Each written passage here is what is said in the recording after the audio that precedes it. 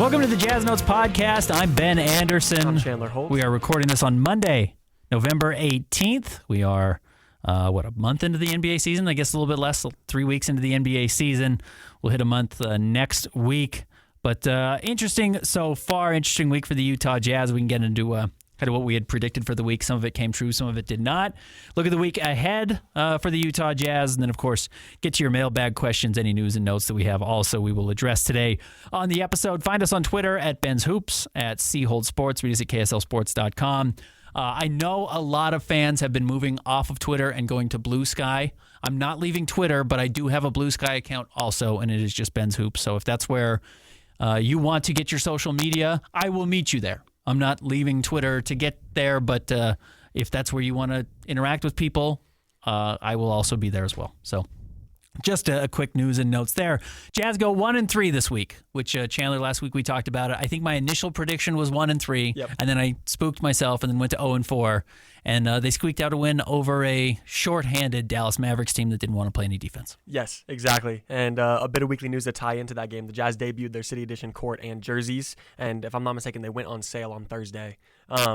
But yeah, it looked good. Maybe the City jerseys brought some luck for the Jazz. They pulled out a 2-point win, like you said. In that game, John Collins had 28 points. The game before against the Suns, he had 29 points. A really solid week for him. Common theme for the Jazz this week, if they get more rebounds and don't have an excessive amount of turnovers, they have a chance to win each game. Yeah, they're not a great rebounding team, especially without Walker Kessler on the floor, and that's part of the issue.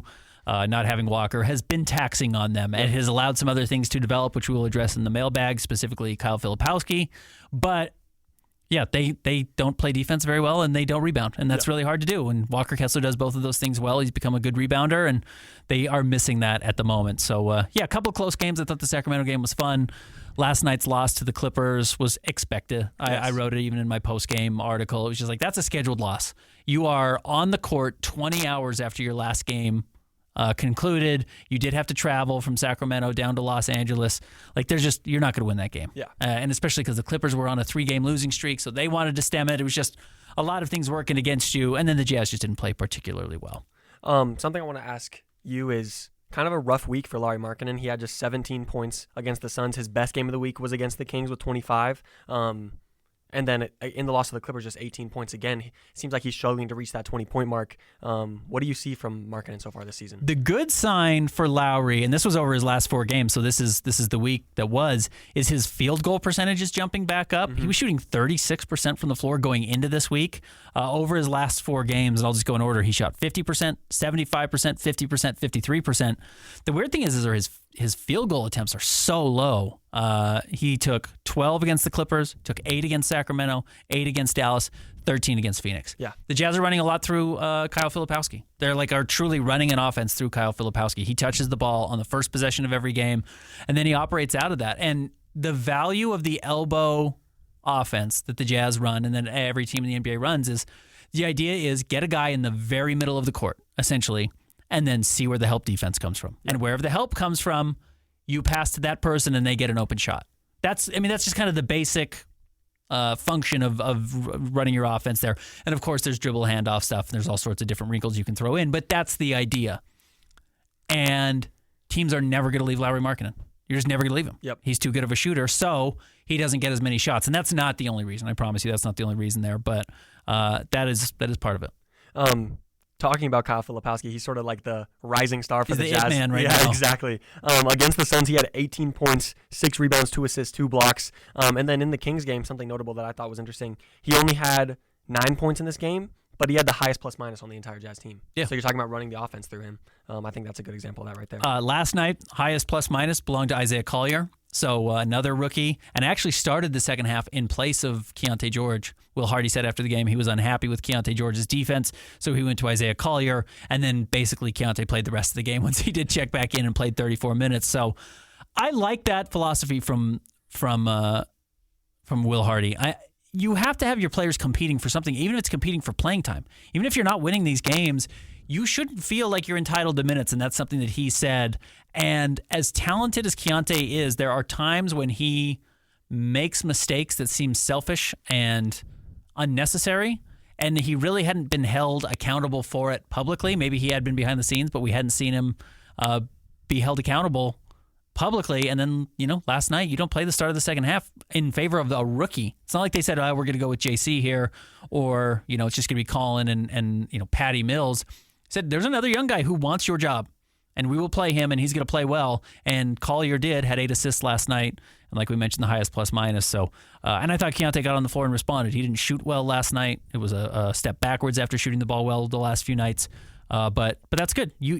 Every player needs to think that they have to compete for their job every night, especially when you're this young and you're trying to figure out who the guys are for this franchise going forward. And I don't think there's any problem at all with I don't want to say putting Keontae on notice, but making him aware that there are other players who are good and your job is not guaranteed, and you've got to play really hard and play really well if you want to earn it. Like we said, a 1-3 week for the Utah Jazz. They still, after this week, they sit at 3-10, still last in the Western Conference. Yeah.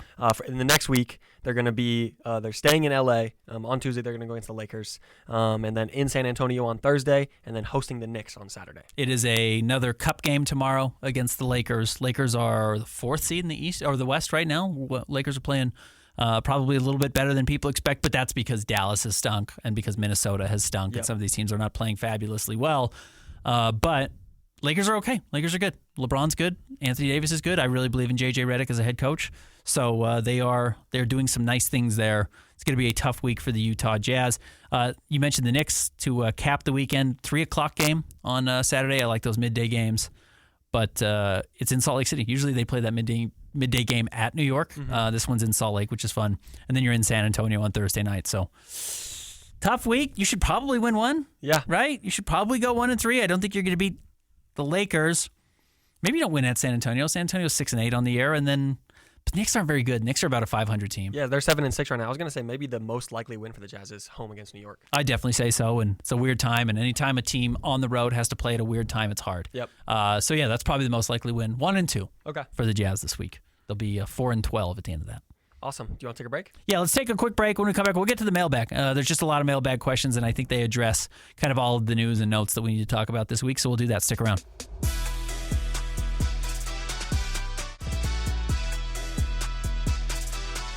Welcome back to the Jazz Notes podcast. It is time for the weekly mailbag. As always, we take your questions on social media, whether that's Twitter, DM, or now Blue Sky. A lot of NBA fans going over there, as I mentioned, Ben's Hoops at Blue Sky, just like it is at Twitter and Instagram.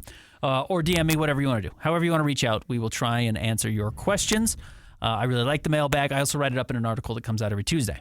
So make sure you don't miss that either. I try to go in depth on at least one question, and usually I answer 2 questions a little bit more in depth than we can get to on the podcast. Where should we start? Let's start with the DM question on X from Aggie fan Dan. This is a really good question. What asset is most valuable for the Jazz in the rebuild so far? Do you want to let me ask you, do you think it's Lauri Markkanen? Should we do other than Lauri Markkanen? Okay, Lowry is obviously the right answer. Yes. Yeah, because he is worth 4 first-round draft picks still. Yeah, exactly. Like, if you want to trade him this summer, you will get 4 more first-round draft picks for him. In fact, he's probably a better player than Mikal Bridges. Yeah. Mikal got 6 firsts. Now, he is super unique, Mikal. The idea is unique. He's like this wing stopper, and he's kind of that, who can also score 20 points a game. He hasn't been great with New York, but if that's the asking price, remember how everyone was like, Danny Ainge ruined the trade market because of what he got for Rudy Gobert, and now everyone wanted Rudy Gobert-type packages? Yep. You're going to hear the same things about Leon Rose and the Knicks, which is like, yeah, Danny Ainge wants 7 firsts all of a sudden because Mikal Bridges got 6. Yeah. So that's what Danny Ainge wants now, plus a couple of young players. So it is Lowry still. I think that's obvious. If you're talking about like an individual asset that's not a player, well, it's got to be a Minnesota pick because it's not the Cavs pick. Yeah. The Cavs are 15-0. 82-0 incoming. That's going to be the 30th overall pick. I mean, they're going to finish the season with the best record, barring injury. When you jump out to a 15-0 start, for teams just to catch up is so difficult. You're going to end up with the best record in the league. That doesn't mean you're the best team or most likely to win the title, but the Cavs are off to a great start. So that 30th overall pick doesn't have superb value for the Utah Jazz, so I'd keep an eye on that in trades if the Jazz wanted to, make a couple of weird moves, ship some things out, including a first, which may have seemed preposterous earlier in the rebuild. They might be willing to do that now for the right type of piece. I don't know what that is, and we'll have to see what the team looks like midseason, but that's something to keep an eye on. Probably still the 2030 Minnesota first-round pick. I think the further out you get, the better they look. And you know what? The Lakers 2027 pick is still really valuable as well. Yes. I would argue, I agree with you that, of course, this year the Minnesota pick is going to look a lot better than the Cleveland pick. But going to the 27 draft, where the Jazz have both the Cleveland and the Minnesota picks, honestly, maybe this is a hot take, I would assume that the Cleveland pick would be more valuable than the Minnesota pick, just because I trust Minnesota to keep Anthony Edwards more than I trust Cleveland to keep any of their top 4 guys. I think that's probably fair, and I suspect there are some smoke and mirrors right now with what's going on in Cleveland. Again, Donovan's really good. Jazz fans know your limitations when Donovan Mitchell's your best player, and he's been awesome. Don't get me wrong. He's an awesome player. And Evan Mobley's playing a lot better, and he's fitting well next to Jared Allen. Like, they've got some things going on. They still have 2 guards, and they have 2 centers. And they're trying to play those in their top 5. And eventually you got to make some moves there, and teams will figure that out. So, quickly, let me just run over the assets the Jazz do have. Just as a reminder, this might be a little boring. It's list radio, but here's what you're going to get. This year, the Jazz have their 3 picks. Top 10 protected as long as they don't finish with the 11th record or worse. It would go to Oklahoma City in that sense. They also own the Minnesota unprotected first-round pick and the Cleveland unprotected first-round pick. Again, Cleveland's really good. Minnesota's looking like a play-in team right now. Yeah. And you know what? Like, you throw Julius Randle in the middle of your roster and you lose Karl Anthony Towns, you could fall to the play-in in the West. And then if you lose a bad play-in tournament game, you could be in the lottery. Yeah. So there's some value there. Next year, the Jazz own their pick again. If it's 1 through 8 protected, if it's outside the 8, it does go to Oklahoma City. Then they have a draft swap with Minnesota and a draft swap with Cleveland. 2027, I'm only going to do the first, so I'm not going to worry about the seconds. Yes. Jazz don't have a lot of seconds. They own their own first. They own a Minnesota unprotected first in 2027. They own the Cleveland unprotected 2027 first, and the Lakers top 4 protected in 2027, which, again, LeBron is done at that point. Anthony Davis is still good, but he's quite a bit older. I mean, that's still 3 years from now that you're talking about. That could be a 5 through 10 pick right there. Yeah, that could be lottery, mid-lottery pick. You just hope it's not 1 through 4. But the nice thing is, like, even if they had the worst record in the NBA, ask the Detroit Pistons how that's worked out. They've dropped to 5 each of the last 2 years. 2028, they own their own first, and then they have a draft swap with Cleveland. 2029, back to 3 picks, their own pick, Cleveland's pick, Minnesota's pick. 2030, it's their own first-round pick. So when I said the Minnesota pick, it's 2029, not 2030. So those ones are the most valuable because the further out you own other teams unprotected first, the more valuable they are. Is that 29 Minnesota by pick the way, protected? It is protected. It's top 5 protected.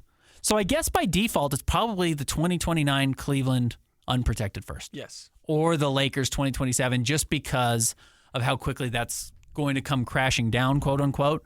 But also, they're going to have money and people like signing in LA. So, you got to hope some of these picks pan out. Honestly, what your most valuable pick is? Your own. Yeah. Probably this year's your own first round pick. Yes. Is the Jazz's most valuable pick that they have. So that's the answer to that. Otherwise, it's Lauri Markkanen. Yes. Who's worth 4 more firsts. And by the way, the Jazz might realize that. The Jazz might say, hey, it's going to be lottery this year. It's going to be lottery next year. Trade Lauri and get 4 or 5 firsts and keep this thing rolling. True. Okay, next, a question from Blue Sky, Jared Crookston. What are the chances Isaiah Collier's shooting was in a slump that he'll be able to play through and improve versus a real problem he'll have to address in the offseason? I don't think he can shoot threes. Okay. I'm a little more impressed by his ability to finish inside the arc than I was. I didn't realize he had that type of touch. Over his last 4 games, so he shot 3 of 9 against San Antonio. Remember, that was like his first real chance. Like, he's fully the guy. He's back from injury. They relied on him heavily. He started that game. It was his second game ever, and he had to start because Keontae had the foot injury. Since going back to the bench and not starting, he is 8 of 13 from the floor. That's really good. I'm trying to do this math. No, 8 of 11. He's missed 2 shots. 3 shots. He was 2 of 4 last night, and he was 1 of 2 against Dallas. Now, the problem is he's taking 2 shots, 3 shots, 4 shots, 2 shots. Like, that's totally fine, actually. He's trying to be a pure point guard who gets everyone else involved. Teams will say, well, we're not going to let you rack up 8 assists like you did last night against the Clippers. What else can you do? And if he only has 1 assist games, which, by the way, his last 3 games prior to last night, he had 1 assist. 1 assist, 1 assist. If you're going to be low shot volume guy, you better be high assists. And he's got to find that balance. But last night he was impressive. I do like that he has found a way to score at the rim, and I know his only baskets last night were actually layups. He had a layup and a dunk in fast breaks, almost identical plays. I do think he's got a little bit of an ability to finish in traffic, which looked really difficult for him in Summer League. And he's pulled up at like 10 feet a couple times and seemed comfortable shooting that jumper. So I like that. I think there might be a little bit more touch there. I don't believe he's going to shoot threes. Not for the foreseeable future. Okay. That's a problem. Yeah, that's a major problem. No, I don't think it's a cold shooting slip. I think it's a major issue. Moving on to the X replies now. First from Jazz Time Jones. Who are they going to have to trade to force Hardy's hand? I don't know if that's applicable. Yeah. Like Walker Kessler. Walker might be the issue that if he's too good and the Jazz start winning too many games because he gets you the 15th best defensive rating in the NBA or 20th, and then your offense isn't the worst now that Kyle Filipowski plays and it's helped the offense. Like if you're accidentally the 20th best offense and the 20th best defense, you're going to win 30 games. Yeah. You need to be awful somewhere. And then where the Jazz were 0-7 to start the year, they had the worst offense in the NBA by 18 points per 100 possessions. Like they were so far beyond terrible offensively that it was easy to lose games. You start to find some balance and what works here and there. Keontae starts shooting well. Remember, he shot so poorly to start the season. That's where you could find yourself having an issue. And then it's like, okay, well, you get a submarine your whole defense to get a top pick this year. And it's like, well, do you really want to lose your starting center of the future to get your top pick? I mean, those are some of the questions the Jazz are going to have to ask. But honestly, like right now, playing Jordan Clarkson is helping your tanking. Yeah. He has not been great. He was really good in the second half last night. He was really bad in the first. In the fourth quarter 2 nights ago, I think he was 1 of 6 shooting. Those lose you games in close 2-3-point games against the Clippers, against the Kings. So I don't think there's one player right now on the team that is necessarily going to push the Jazz over the top. Flip. Yeah.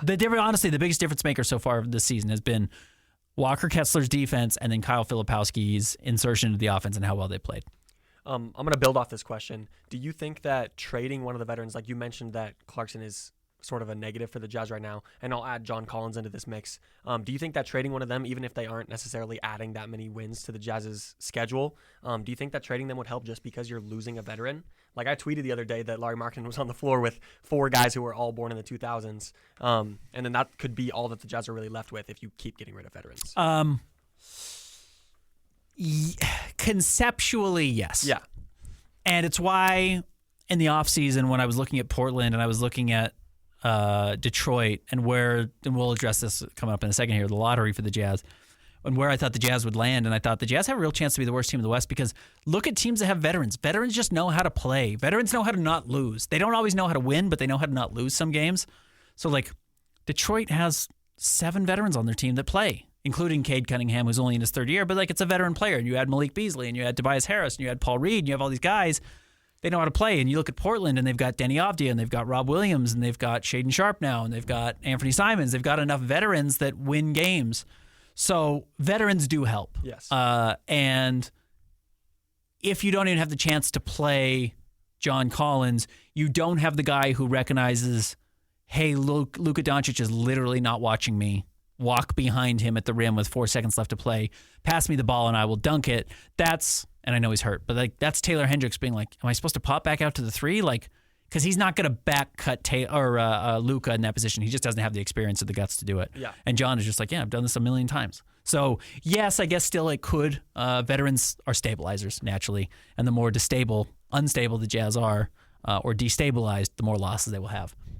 I don't know who has value. Yeah. Again, like I don't think Jordan Clarkson has a lot of value for teams. I still don't think John Collins at $25 million this year and next is going to be all that easy to trade. True. Maybe.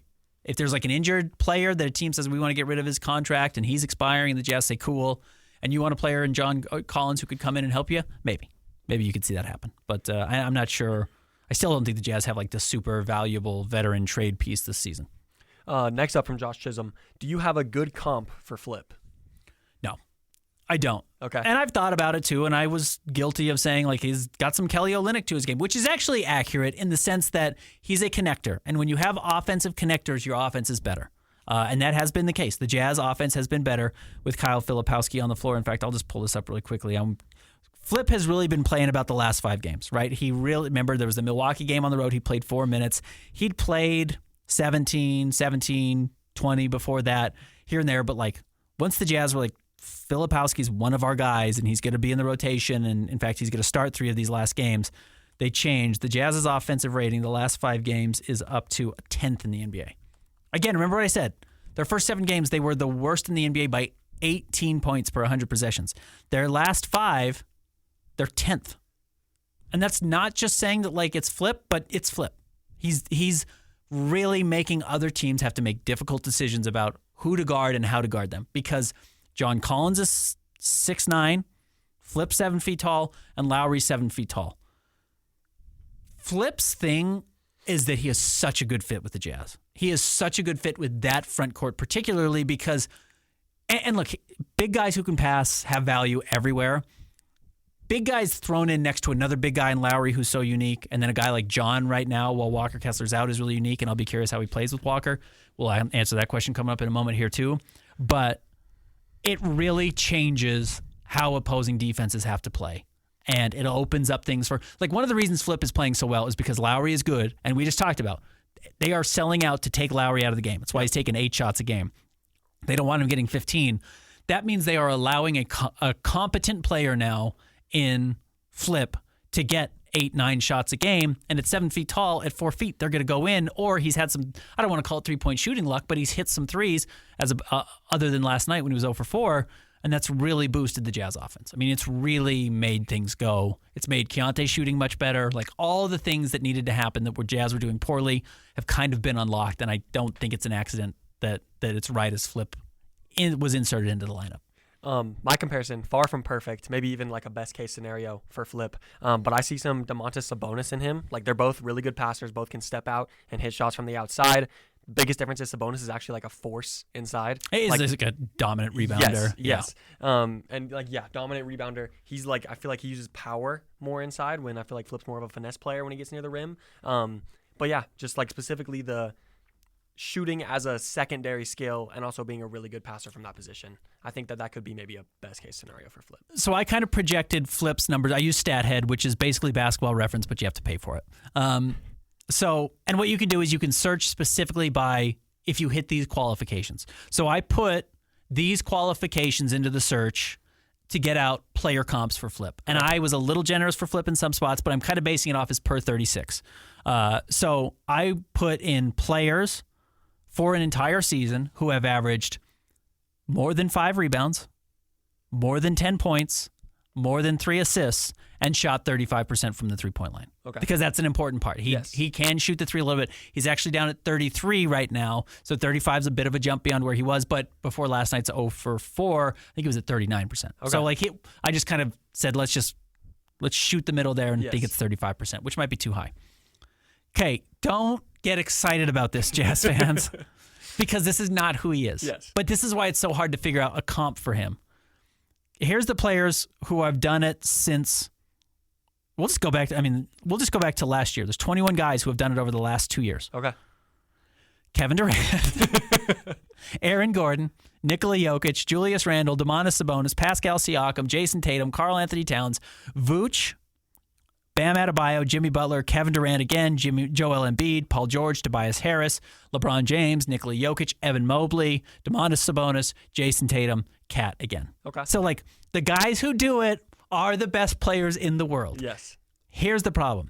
To actually get to their numbers, it's like 20 points per game and 7 rebounds and 3 assists or 4 assists. It's not the low mark that I hit. That's way too big of a catch-all. But what is interesting is it doesn't allow for a bunch of randos. Yes. There's not a bunch of just like there is one in the next season, Raquan Gray, who must have played 4 games. Well, he played 1 game. Never heard of Raquan Gray in my life. He played 1 game, so he qualified technically. There are not a lot of guys who randomly fit that measurement. In fact, one of the randos who does is Kelly Olynyk. Yeah. He did it 3 years ago with the Jazz. So that's kind of where that comp came from and why I think it has a little bit of juice.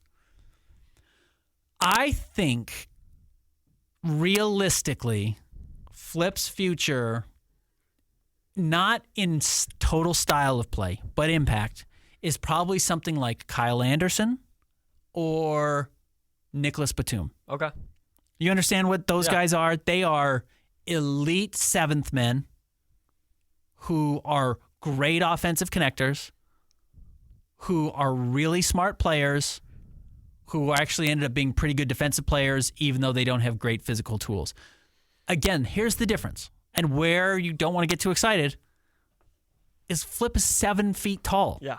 Nicholas Batum is 6'8". Kyle Anderson's 6'5". So you get guys who do some of those things, and then they're 7 feet tall. And also, might shoot 35%, which Batum didn't, and Kyle Anderson hadn't for most of his career. That's where the excitement starts to come in.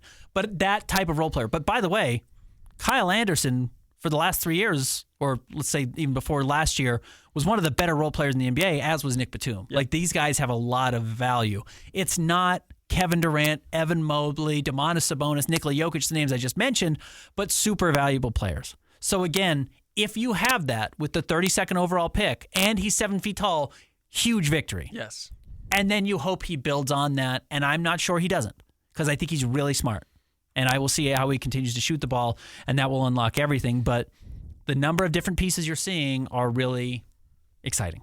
And I saw a comp online, his name did show up in this, was Pascal Siakam, which is kind of interesting. Yeah. Spicy P was a really good connector. He's more perimeter-oriented than Flip is. He's more athletic than Flip is. But Flip moves really well. Yeah. Flip moves his feet really well defensively. He's a tough guy. Will Hardy said a funny thing the other night, which I've been trying to allude to, is that he said he didn't know why, but he could see Flip getting into a lot of tussles with opposing teams this year. He's a punk. Teams want to hurt him because he plays physically. Teams are going to want to beat him up. You want that guy on your team. So, and it's why people wanted to fight Kelly Olynyk too. So there's more comps there. But it's really promising what he's doing. And again, it's early. He's not on scouting reports. He will be on scouting reports every day now for the rest of his life, assuming he continues to play this way. And how does he react? That's what I'm curious about. But it has unlocked everything with the Jazz. He's a particularly great fit in Utah. Yes. So that's valuable. All right, next question from Tiefers. What does the front court rotation look like when Walker comes back with Flip's flexibility in the rotation? What are some fun jumbo or small ball lineups you'd like to see? Yeah, I mean, I think it's pretty straightforward. You play 4 bigs. It's Lowry and Walker start, and then I guess maybe Flip continues to start, and you have Lowry at the 3. John Collins goes back to the bench, and then that's a jumbo lineup. You have 3 7-footers in your starting lineup, which again is what Cleveland did when they had Evan Mobley. And I don't even know. Evan Mobley's not even 7 feet tall. This is legitimately 3 7-footers. And Lowry was playing the 3, and they had Jared Allen. You go Walker, Flip, and Lowry. I mean, that's a jumbo lineup. Yeah. There you go. That's your jumbo lineup. And then John comes in, and John can play the 4 or can play the 5, and then you play Drew Eubanks here and there. I'm just going to combine his name to Drew Banks. That's a good nickname. You mix him in where he needs to be. But that's a huge lineup. That's going to cause teams problems. It's going to get the Jazz some wins. Yeah. Because teams don't have 7-foot defensive players that can shoot over you, or Walker who can, finish or rebound and keep plays alive. There's some value there. One of the things Will Hardy has said, and I asked him about it specifically, was that, how do you think Walker and Flip are going to play together? And he said he doesn't know, but he imagines it will be fine. Walker and John Collins couldn't play together. Flip is a lot different than John Collins. He's a much better passer and more cerebral, etc. John's been good, though. John's been really good. But, yeah, I think that's just what you're going to continue to see. And the Walker, Flip, Lowry trio might not be as dangerous as the John, Flip, Lowry trio, because all 3 of those guys can dribble, they can all pass, they can all shoot. Well, Lowry's not a great passer, but they're all a threat to score. Yeah. Walker doesn't catch the ball as a threat to score, so I'll be curious how teams start to defend him there, and that will create some issues. But he's also a big body that I think will probably get some easy finishes as a result of Kyle Filipowski. So I'm excited to watch that. But that's 3 7-footers. That's what it's going to look like, and that's the rotation. Next question from Todd Crow. Where did the Jazz fall in the lottery now? Where are they? So right now, like I said, 3-10 record. They are 15th in the West, 27th overall. They're 1.5 games from being 30th. Other teams around them, the Pelicans are at 14th in the West at 4-10. Washington is 2-10. Philadelphia is 2-10, and Toronto is 2-12. Interesting note: Washington, Philadelphia, and Toronto, I think, lost all of their games in the past week. Okay, they all went winless. Yeah. I'm trying to pull up Scotty Barnes here, because I believe he's missed a lot of games already. Yeah. He's only played 4 games. Okay. So looking at the NBA standings overall, and go to ESPN. This is nice. I'm not telling you to do it, but I'm telling listeners. I like ESPN standings. I don't use ESPN for most of my stats pages. I go to Basketball Reference or NBA.com. But I do like that ESPN, you can separate league standings by league, not just by division or by conference. You can actually go the whole league. So, yes, the Jazz at 3 wins have the second fewest wins in the NBA. But as you mentioned, the Wizards, the 76ers, and the Raptors all have fewer. The nice thing is, I know Philly's going to win more games. Yes. They're going to pass the Jazz. And Toronto has not had their best player in Scotty Barnes. It would be like the Jazz playing the entire season without Lauri Markkanen. I mean, Scotty Barnes is that quality of player. He might be better than Lauri. So I think Toronto probably gets a little bit better too. If I'm betting on it, the competition then becomes the Washington Wizards, and that's probably it. The Jazz have a little bit of breathing room. I think Chicago's okay. Again, they have veterans. Yep. Brooklyn's been way better than people expected. Now they have fallen apart and they've lost 3 straight. But they are doing what I had wondered might happen, is that they come out and play hard for Jordy Fernandez, and they don't own their first-round draft pick, so there's no reason for them to tank. And these other teams around them are going to get better. Like New Orleans has been actually the most snake-bitten team by injuries, and at some point New Orleans might bail on the season. But it's not just that Zion's hurt. Herb Jones has been hurt. C.J. McCollum's been hurt. They just barely got Trey Jones back. Hawkins has been hurt. Like everybody on their team has been hurt. Like 6 of their top 7 guys. Alvarado just got hurt. And they're going to be bad as a result, and they even have more wins than the Jazz do. So I'm looking at it right now, and the only team I'm really thinking might finish with a worse record than the Jazz with their current trajectory is Washington. Yeah. Some interesting notes about the teams above them. Right now, Portland is 6-8. I don't expect them to finish, 35 and 42? No, but they're going to be 26-27. Yeah. They should be. And then the Pelicans, like you said, I do think that there's a very big chance that if they just keep having this bad injury luck, that they trade Brandon Ingram and, like you say, just give up on this season, go for lottery odds. But I agree. I think that as of right now, the way that things currently stand, it's really just the Jazz and the Wizards fighting for that 30th spot. Yeah, teams with 4 wins or fewer are Milwaukee, New Orleans, the Jazz, the Wizards, the 76ers, and the Raptors. And I would chalk up the Raptors, the 76ers, the Pelicans, and the Bucks. Well, not the Bucks. The other 3 to injuries. Yeah. And then the Bucks will play better. They might not be good. And again, the Bucks don't own their first-round draft pick. Yep. It goes to the Pelicans as well, so they've got no reason to lose. So there's not a lot of reason for these teams to absolutely bail. Chicago's got 5 wins. Brooklyn has 5 wins. Charlotte has 5 wins. Those are the other 3 teams to kind of keep an eye on. And a couple of those will continue to exceed expectations. Yeah. And look, the Jazz will have a 2-game win streak somewhere and double their wins, or get close to doubling their wins, and Jazz fans will worry that they're winning too much, and they will.